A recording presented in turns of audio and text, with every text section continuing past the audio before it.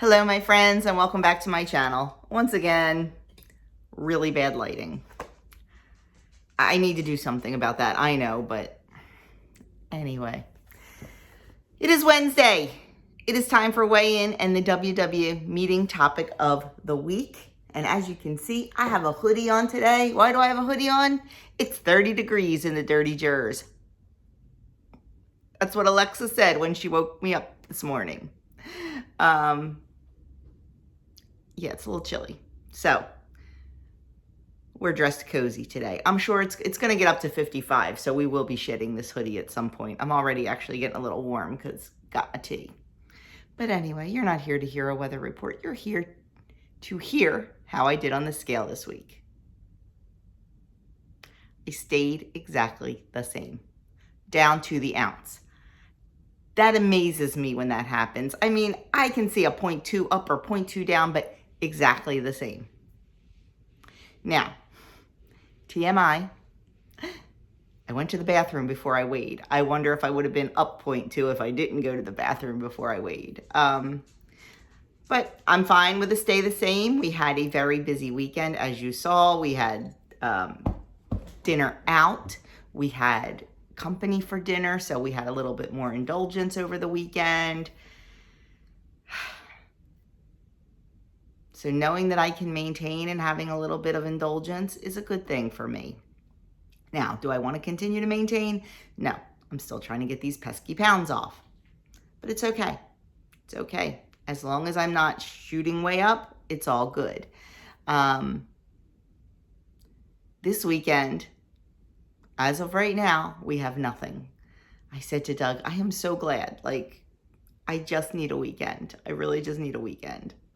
So looking forward to having a really good week. Looking forward to a nice loss next week on the scale. I have a feeling. I have a really good feeling. But we will see. So that is my weigh-in. Stayed exactly the same. So this week is continuing with the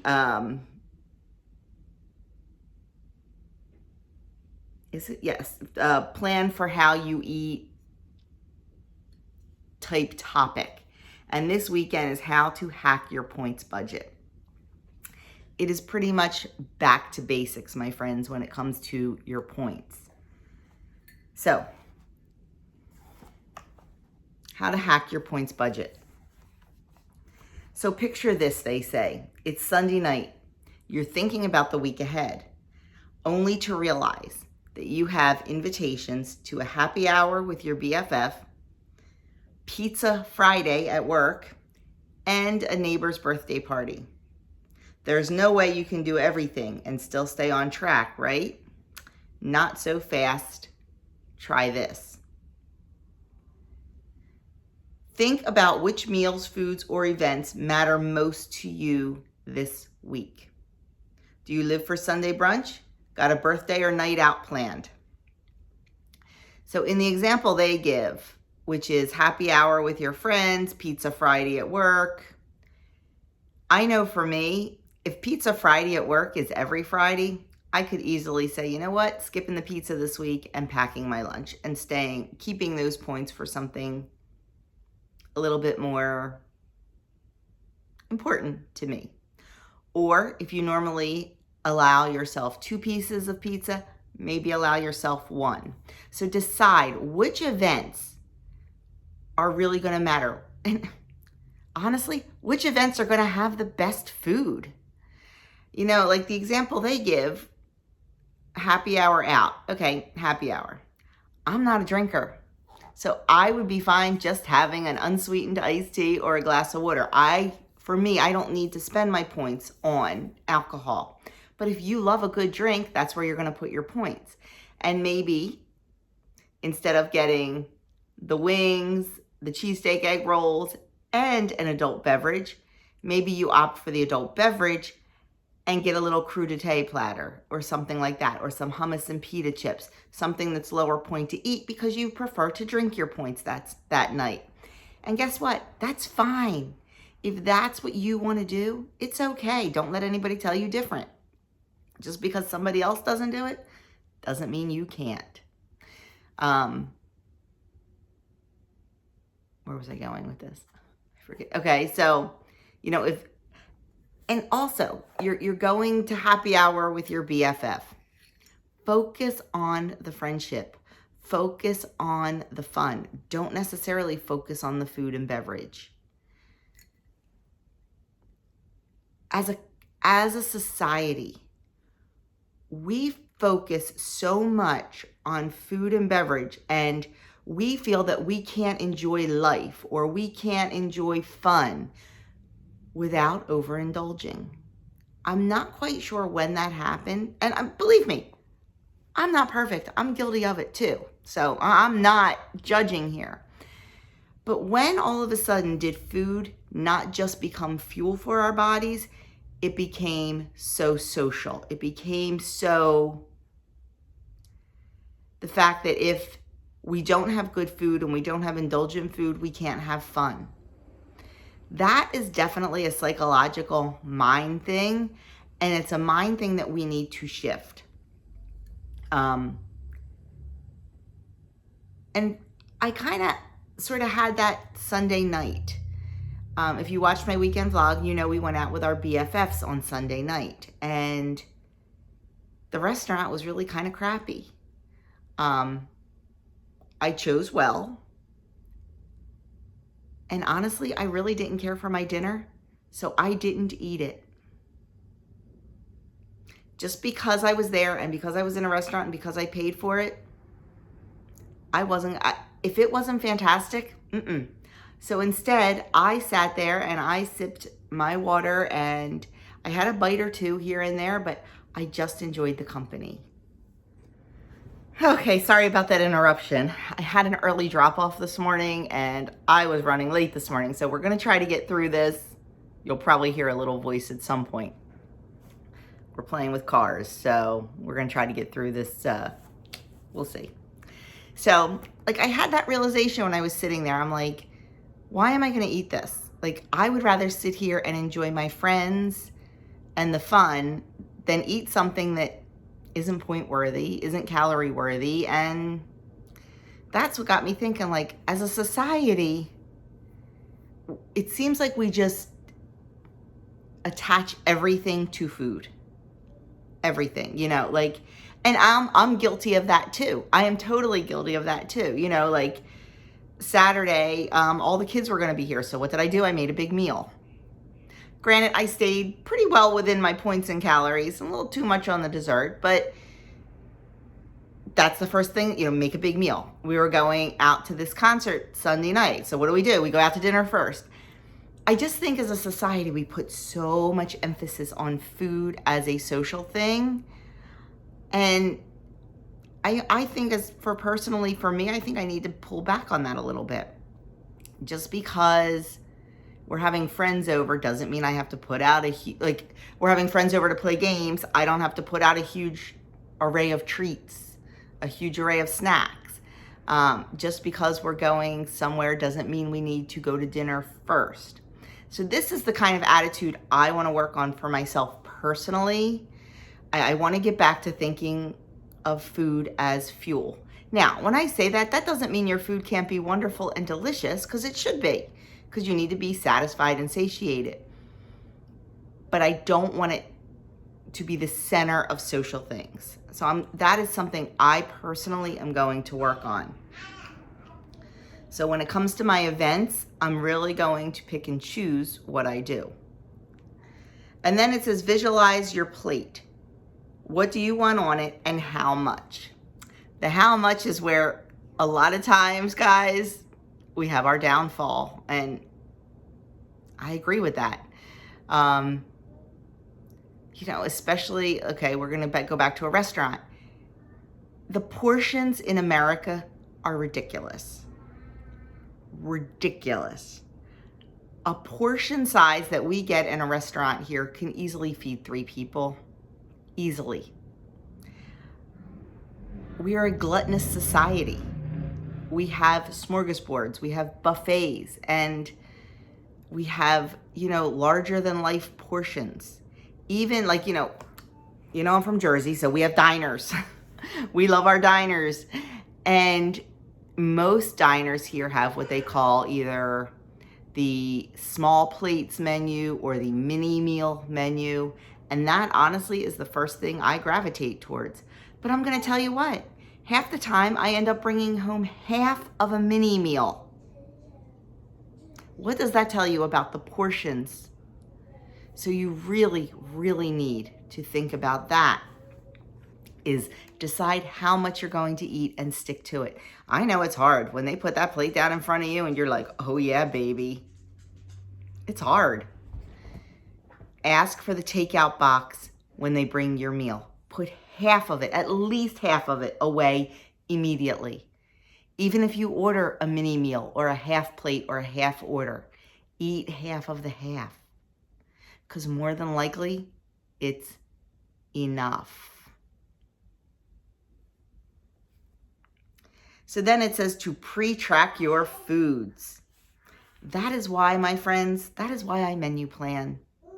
Am I perfect? Nope. Because I always say the best laid plans.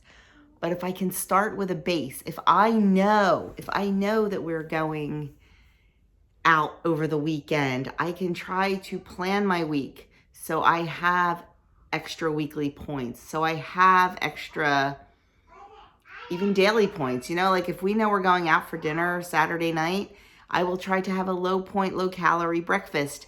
And same with lunch, you know, maybe have a nice fruit and veggie platter for lunch. Just something to save it up, because restaurant meals add up quickly. Just because you make French toast or you make pancakes or you make an omelet at home doesn't mean a restaurant makes it the same way. I mean, when I make, let's say, 2 slices of French toast, and I mean, I use my homemade bread, so we're looking at 162 calories and 4 points just for the 2 slices of bread. My egg is 0, and then a 1/4 cup of milk is 1 point. So, you know, I'm looking at 5 points right there. If I want to use a point's worth of butter and 2 points worth of syrup, I'm looking at 8 points. You know, in a restaurant, you are not getting French toast for 8 points. You know that. So you have to remember that. I don't know if it's nationwide, but in New Jersey, chain restaurants are now required to put the calories on the menu. Independent restaurants are not, but chain restaurants are. So that's a good indication. And also, if you go to a local restaurant, what I do is we go to a diner. Let's say I want French toast. I will look up, you know, my local diner is not in the WW app, but Cracker Barrel is. Or IHOP maybe, or I don't even know some of the breakfast, like the chain breakfast places. Waffle House. Look up whatever you are having at your local restaurant. Look it up in the WW app at a chain restaurant, because that will give you a very good indication. A very good indication of your points. So look up those favorites. Don't be afraid to ask your server, hey, by the way, like this omelet, do they add anything to the eggs? Because a lot of places add either cream, milk, or pancake mix to the eggs because it makes them fluffier. Ask. Just say, do they add anything to the eggs, or are they straight eggs in an omelet? Do they cook the omelet in olive oil, or is it just on a sprayed griddle? Don't be afraid to ask. Don't be rude about it, and don't be like, oh my gosh. But don't be afraid to ask, because 10 to 1, they'll be happy to answer your question. And if they don't know it, they'll go ask the cook, because that can be a huge indicator as to how many points you need to give something. So really think about how many points you're going to spend and pre-track it and plan it. Then they say sketch out the rest of the week. Where and how will you allot your remaining points? I kind of built that in and said, you know, think about it. Build up your points bank. During the week, bank those extra points so you have them for the weekend, so you have them to spend for a special occasion. That is the beauty. You can do things like that. Just really, truly think about your food. Think before you eat, right before you bite. Seriously think about what you're eating and think about if it's worth it to you. Is it worth it to eat that entire plate? Yes, it's delicious. Yes, it is delicious. Eat slow. Put your fork down. Stop and truly savor it, because they always say it's those first couple bites that you're truly tasting and savoring. And after that, you're just eating on autopilot. I get like that with cookies. I do. If I have a plate of cookies in front of me, oh my gosh, that first one and even that second one are delicious. And then all of a sudden, they're just going in my mouth and I'm not even tasting them. I'm not tasting that chocolate. I'm not tasting that fat or whatever. It's just going in my mouth. So do that with your restaurant meals and your happy hour meals and your brunch meals also. Truly taste it. So then it says, you want even more flexibility and points to play with? Lean on 0-point foods and low-point recipes. Plan your week. Plan around those 0-point foods. I hear so often people saying, I'm having a reset. I'm gonna have all 0-point days for the next 3 days. Personally, I'm not a fan of that. 0-point foods are great to lean on and build on, but to have a good balanced diet, there's people walking down the street, he's talking to them. You need to build on those 0-point foods. You need to get in your healthy fats. You need to get in some complex carbohydrates. You need to eat balanced. So I am not a fan of the 0-point days. And guess what? 0 points still have calories. And sometimes, depending on your 0-point foods, they have a lot of calories.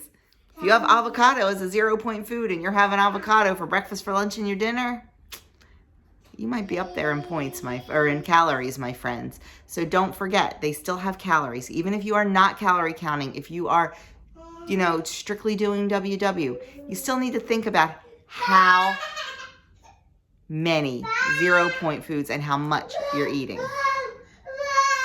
Hey, Bo, come here, bud. He's having a good time talking to those people walking down the street. And he's waiting for his buddy to get here. He's a little early today, so it's going to be a little bit of a wait for his buddy. So I apologize for the noise, but it's real life around here. It's what I bring you. I'm not in a studio. So it says add more points also by eating non-starchy veg and drinking 60 ounces of water. I'm not a huge fan of that. Adding points for that, but if it works for you, then go for it. Use your weeklies and your rollovers. Up to 4 unused daily points can be automatically deposited. So definitely build on those 0-point foods, build on them, use your points for the extras, and bank what's left. It definitely helps to increase that points budget, and it gives you some more flexibility for those larger meals. So then they say, let's dive a little deeper. If you've ever made a reservation for a special dinner, blocked out time every week to watch your kid play soccer, or front load at work tasks so you can unplug on vacation, you know how much smoother things go when you plan ahead. The same goes for reserving points for the foods and meals that matter most to you. Then strategically budget what's left. After all, a big part of what makes this journey livable is that it never tells you no. Sure, it might ask, would you rather? Or how can I fit it? But you're in charge. And you don't have to give up anything, especially moments or foods that bring you joy. It's not always easy, but balancing special occasions, everyday meals, and other events means you can live your life and still lose weight. And that's the key to lasting success, not deprivation. I'll be right back. So my friends, that about sums up the WW topic for this week. end my weigh in.